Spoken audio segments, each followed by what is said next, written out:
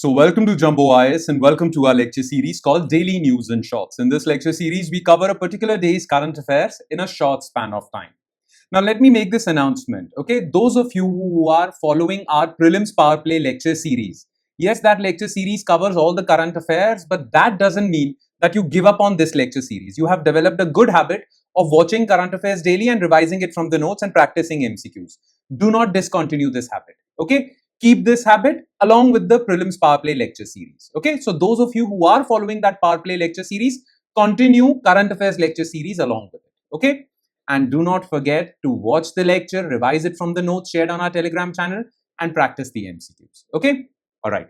Enough of the introduction. Let's straight away jump into the lecture. Okay, but first let's take a look at the list of topics. So let's begin. Daily current affairs, 15th October, Wednesday, and here is the topics list. Okay, number one topic is RTI completes 20 years. So this is a good time to analyze the key features of RTI, Right to Information Act, as well as the challenges it is facing. Okay, so we'll talk about this. Then recently, ISRO has developed crew escape system for the safety of astronauts on our Gaganyaan mission. Okay, so we'll talk about this. Then the third is related to AI in robotics. Okay, recently an article was published in the Hindu newspaper, how AI can be used in robotics. So when you combine the two things, robotics as well as AI, we'll talk about this.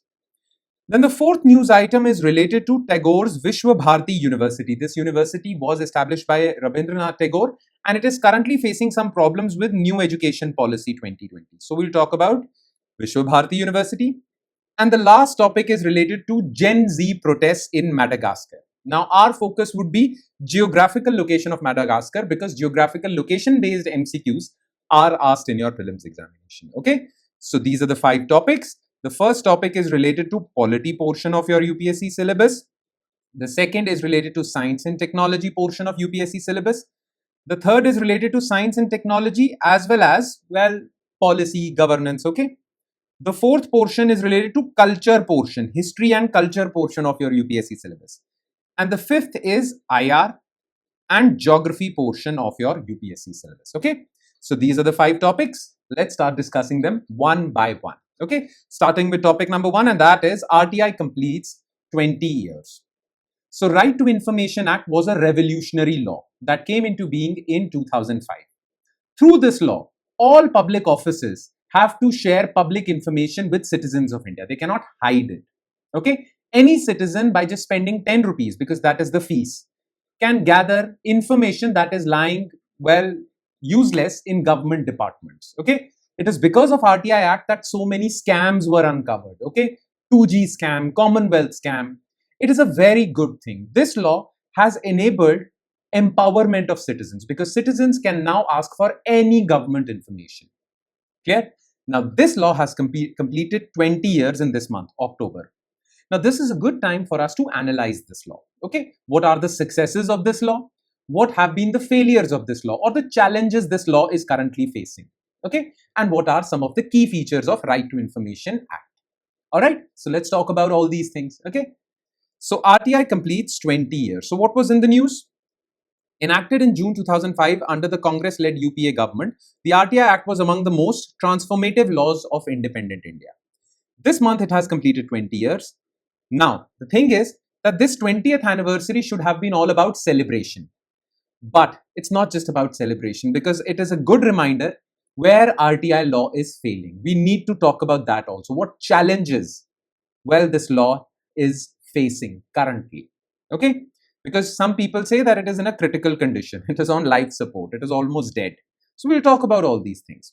First, let's talk about its key features. Okay? So RTI key feature. Now remember, okay, every government department of public or public office will have a public information officer. Whatever information you want from that public office, you can file an RTI application to this public information officer. And this public information officer would be responsible that this information is revealed to you. In case the information is hidden from you or not revealed to you, you can file a complaint with the public information officer.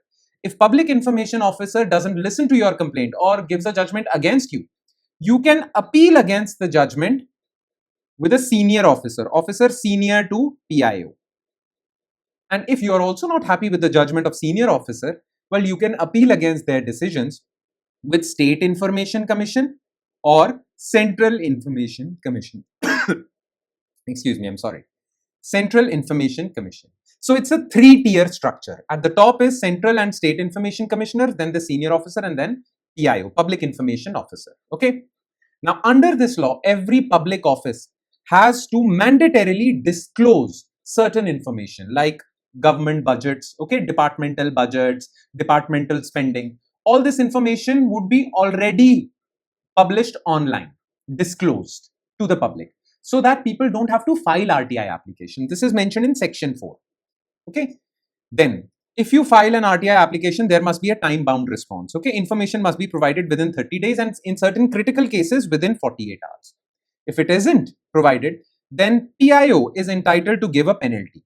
Section 20 empowers commissions, sorry, not PIO, CIC and SIC, to levy up to 25,000 fines for unjustified denial or delay. Clear?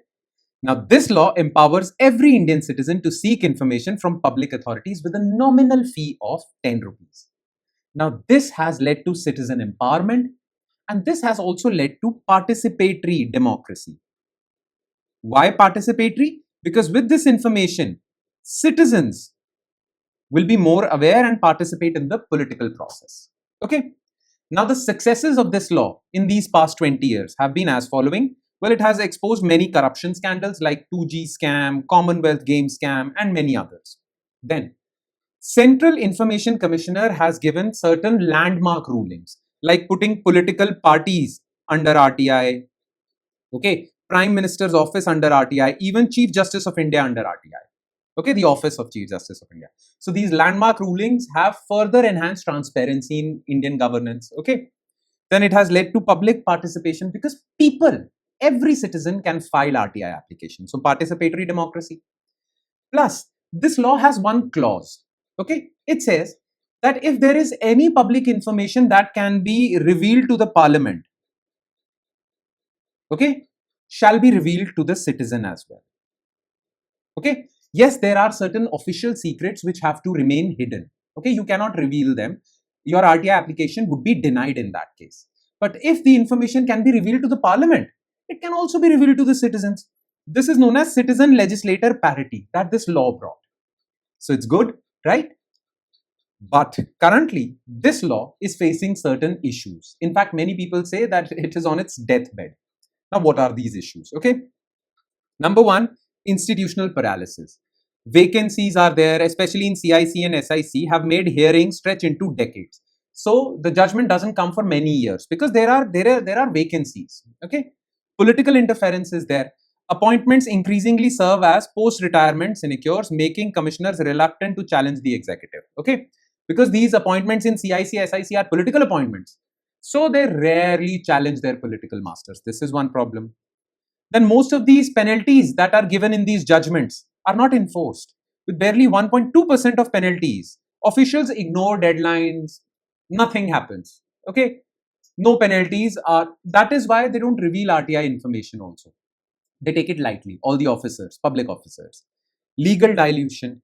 The RTI Amendment Act of 2019 removed fixed tenure and salary parity with election commissioners. Earlier, CIC members had fixed tenure, fixed salary similar to election commissioners. Okay, now it has been removed. So they are completely at the mercy of central government. So they lack independence.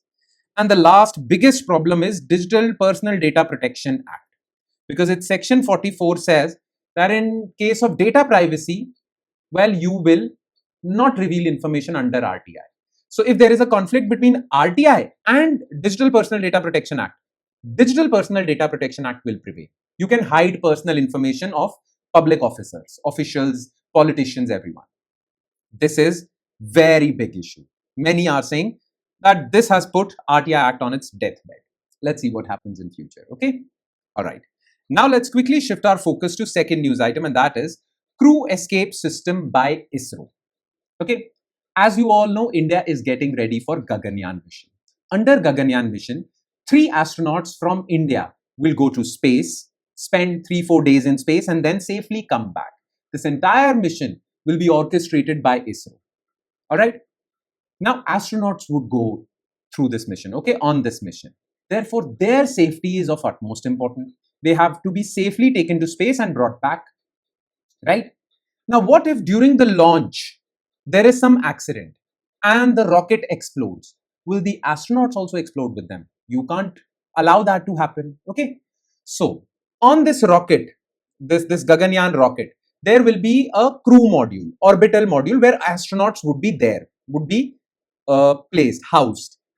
Now, if there is an accident in the rocket, this crew module, orbital module, needs to separate from the, well, exploding rocket, so that astronauts are, well, safely brought to safety, right? Make sense?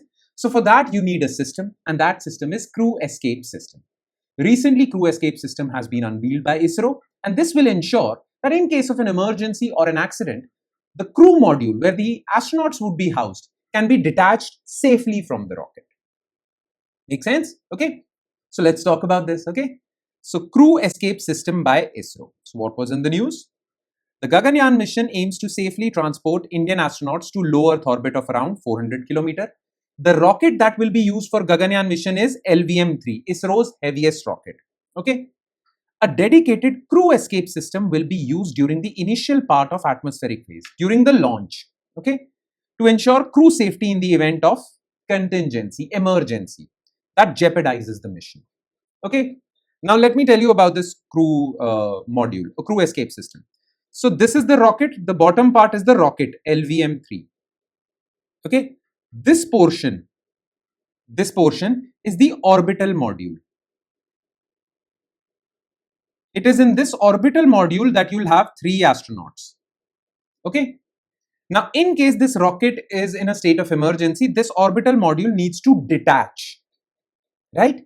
So, on top of this orbital module lies crew escape system. So, whenever there is an accident, this crew escape system will pull the orbital module towards itself, detaching it from the rocket and then separating it. Clear? So the top part is crew escape system, the next part is orbital module, and the last part is, well, the rocket, LVM-3. Okay, some facts about crew escape system. So it is a rapid acting safety mechanism developed to eject the crew module carrying astronauts away from malfunctioning rocket. Okay, it was developed by ISRO as part of Gaganyaan mission. Now there are 2 types of CES, crew escape systems, puller type, pusher type. Okay, ISRO is using puller type. Okay, now what is there in puller type? Well, in this case, the orbital module is pulled by the CES. The CES pulls it towards itself, okay, and away from the rocket. Another thing about it is it uses solid motors. Just remember this, puller type, which is currently being used by Gaganyaan mission, uses solid motors to pull it away from the rocket. The pusher type, well, it uses liquid propulsion. Just remember this, liquid engines, the pusher, it uses liquid propulsion to push the rocket away. So in case of pusher type, the crew escape system would lie somewhere here between orbital and rocket, orbital module and rocket, okay, because it will push the rocket away. Clear? Basically, Elon Musk's company SpaceX uses pusher type, but India is using puller type. Simple, okay? It is positioned at the forward end. We have seen at the top end of the rocket, right? Simple, okay? Now, certain important facts about this. So, in case of a detected anomaly, the Integrated Vehicle Health Management System triggers. The Integrated Vehicle Health Management System has sensors which would detect any accident beforehand, early warning. It would then warn the CES then it would detach it from the rocket. The crew module is then pulled away rapidly. Importance of this is, well, crew survival and technology demonstration also. India wants to demonstrate that it can safely take its astronauts to space and bring them back. So these are the 2 purposes of this system. Alright, simple. Okay, then let's move forward to third news item, and that is AI in robotics. Now you all know about AI. You all know about robotics, okay? We all know about robotics, right? What is a robot?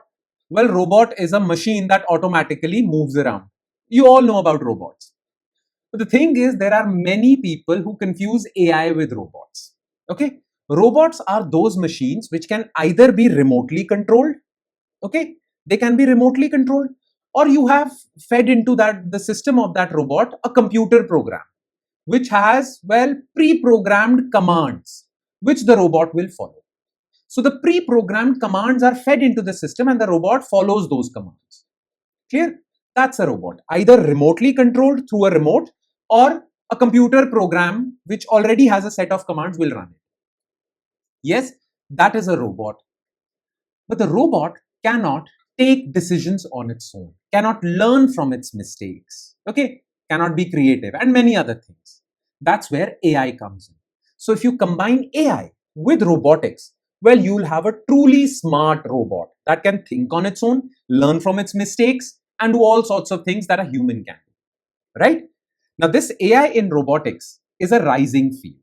Okay, its market is also rising, and it has various applications in many fields, including India's economic development.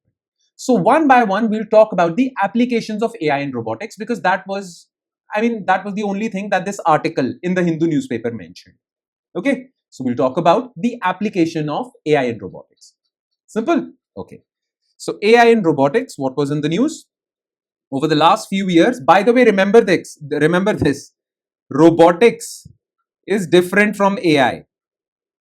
Okay, just remember this. The partnership between robots and AI has progressed from being fiction to reality, transforming industries' modus operandi. Modus operandi means way of functioning. Innovation, value creation, not replacing humans, but complementing them. That's what they say generally. But most of these robots are replacing human jobs also. But I mean, people who are supportive of AI, well, they would say it's not replacing jobs, it is complementing jobs. But that's a different story. Okay. The global AI and robotics market is projected to reach 80 billion by 2030. Now, what are the applications of AI and robotics in first healthcare? So number one is robotic surgery. Currently, robotic surgery is possible, but the doctor operates that robot from behind, okay, through a remote. But if the robot is artificially intelligent, even the doctor is not required. This would enhance precision, it would be error-free, and if it is error-free, faster recovery after surgery. Then AI in diagnostics. Currently, when you do your blood tests, your report comes, your X-ray comes, your CT scan comes, a doctor is trained to analyze them. What if a machine, an AI, can analyze them and prescribe you medicines and diagnose what disease you have? That is happening already. AI in diagnostics. Then assistive robotics, intelligent exoskeletons, robotic limbs for people who are, well, disabled. Well, they can use these things. Then elderly care automation. There are these robots. Elderly people or people who are chronically ill, they require full-time attendants. What if those full-time attendants are robots who understand human language as well? Okay, this is what is happening. Clear? Then in agriculture, there are certain applications, precision farming, soil analytics. So AI-driven drones and agri-bots can do soil analytics, can drop fertilizers and pesticides at the precise location. This is happening. Automated irrigation. So there are sprinklers who are connected with weather apps. Whenever there is a drought declared or lack of rainfall, the sprinkler systems would start sprinkling water. You understand? The machines are connected to the internet and AI. Weather prediction models, disease detection and pest control. Already, AI tools are being given to farmers in Telangana called the Sagu Bagu initiative. Under this, many farmers have improved their yield 2x using these AI tools. So this is really beneficial. Okay. Then, well, in industry also, smart manufacturing, predictive maintenance, collaborative robots, cobots, automated warehousing, robots. Amazon already uses robots to manage its warehouses and delivery. Indian robotics startups are also contributing to the economy, like Grey Orange, Adverb, Ati Motors. They are using AI robotics to grow. So these are some of the examples. Just check these out from the notes. The main objective of these examples or these points is so that you can write better answers. Okay, that's about it. Now, how would AI in robotics contribute to Indian growth, Indian development? It will encourage innovation. It will support Atmanirbhar Bharat, because currently we are dependent on foreign-made AI, Chat GPT and all. We will have Bharat GPT and many others. Okay, and strengthens India's global leadership in AI. So these are some of the things, facts that, well, you should know to mention them in your mains answers. Not important from prelims perspective, but important from mains perspective. Okay. From prelims perspective, just remember Sago Bago initiative in agriculture. Okay. They might ask an MCQ about it. All right. Now let's move on to fourth news item, and that is Tagore's Visva Bharati University. Okay. Now, Rabindranath Tagore, well, the guy who wrote our national anthem, well, he had great ideas about education also. Okay. To implement those ideas, he opened a school called Shanti Niketan. Okay. Now, in that Shanti Niketan, he also established a university, a college, which was known as the World University, because Rabindranath Tagore believed in world peace. He didn't even believe in national boundaries. He said that all people should come together. He was more of a humanist. He believed in human oneness. Okay. So he titled this college or university as Visva Bharati, World University. Okay.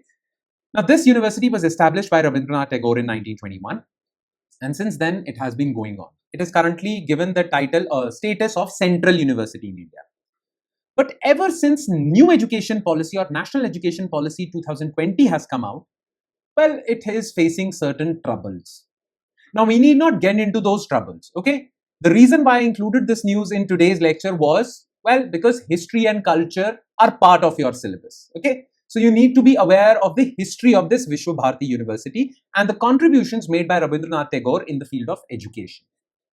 Yes? So, that is why we are only going to focus on Visva Bharati University, its history, its contribution, and not this political controversy vis-a-vis national education policy, okay? So, let's get into this. So, Tagore's Visva Bharati University. So, this is how it looks, okay? This Visva Bharati University is basically at Shanti Niketan, established by Rabindranath Tagore, okay? Shanti Niketan is in Birbhum district of West Bengal. Clear? Now, some facts about Visva Bharati. It is a central university of national importance, okay? Government has given it this tag. There are certain central universities, state universities. It is a central university. Then it was established in 1921 at Shanti Niketan. It began as an ashramic school founded by Tagore. In 1951, it was given the status of central university through an act of parliament. Today, it is a center of global exchange. Many foreign students come here. Many students of Visva Bharati University go to foreign universities. Okay, so global exchange. All right. Certain other key facts. Well, the Rabindranath Tagore had a different idea of education. He believed in interdisciplinary education. Okay, modern education is more about specialization, that you specialize in one narrow field. He believed in interdisciplinary education. Okay, science students should also be taught art subjects and vice versa. That was his idea. So this is there. It also focuses on artistic and rural engagement. So it has various sub schools like Kala Bhavan, Shri Niketan. It operates under Tagore's principle of freedom in learning, promoting creativity over rote learning. We all know how much of a problem is rote learning. Okay, it is a big problem in India. Tagore was against it. Nonetheless, now let's quickly shift our focus to last news item, and that is protests in Madagascar. So after Bangladesh, Nepal, now Madagascar, especially after Nepal, Madagascar saw youth protests, and most of the people who were leading these protests, well, were Gen Z, okay, Generation Z, similar to Nepal. Now, why are these Gen Z protesters rising and, well, overturning ruling governments? Well, that's a different story, different lecture altogether. The reason why I included Madagascar in today's lecture is because geography or location-based questions are asked in your prelims examination. So we will talk about the location of Madagascar, and we'll also talk about certain physical or geographical features of Madagascar, because questions can be asked. Because Madagascar is now in news. Okay, so let's talk about this. Okay, let's quickly finish this topic. So protests in Madagascar. So what was in the news? Madagascar is witnessing a military takeover and mass Gen Z protests after president fled into hiding amid mounting unrest over corruption and governance failures. Okay, similar to Nepal. An elite military unit, because the Gen Z protesters are supporting the military. So an elite military unit, CAPSAT, has seized control as the president's attempt to dissolve parliament deepened the constitutional and political crisis. That's all you need to know as far as the news is concerned. Focus more on the location of Madagascar. Okay. So Madagascar technically belongs to African continent, but it is not at all physically connected to Africa. Okay. It is, as you can see, this portion, as you can see, it is close to Africa, but not connected to Africa via land. Okay, it lies in southern Indian Ocean.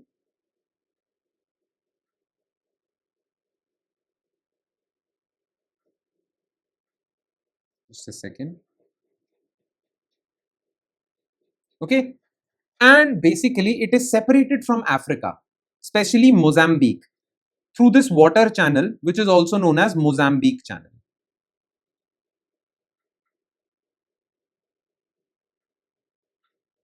Okay, Mozambique Channel. Yes. Now this is Madagascar. Its capital is Antananarivo. Okay, it's very difficult to pronounce, but that's about it. Okay, so this is the capital. This is Madagascar, separated from Africa via Mozambique Channel. Clear? Make sense? Now it is an island nation and belongs to African Union, but because it is physically separated from Africa, its biodiversity is, well, very different. The kind of animals and plants found in Madagascar are different from the entire world, and that is why it is a unique country. Okay, some facts about Madagascar. So it is basically divided into 3 zones. In the central portion is the plateau, central high plateau, and then western coastal plains, eastern coastal plains. Okay, it has mountain ranges, prominent volcanic massif including Ankaratra. These are the mountains. There are river systems, some major rivers. No need to remember them, just read. But it is more famous for its unique biodiversity. The island's isolation has led to distinct biodiversity, hosting endemic species. Endemic means only found in Madagascar, nowhere else in the world, nowhere else on Earth, earning it the title the 8th continent. Why is it called the 8th continent? Because the kind of plants and animals over here are found nowhere on Earth. So it is a separate world altogether. That is why the 8th continent. Okay, that's about it. That's all you need to know. And with that, we conclude today's lecture. Thank you so much for watching, everyone. And I'm sure it has added value to your preparation. But it will add more value if you're first consistent and regular with this lecture series and you revise it from the notes provided by us on our Telegram channel. Okay? On that note, I'll be signing off with the promise of seeing you again with another set of news items. Thank you, everyone.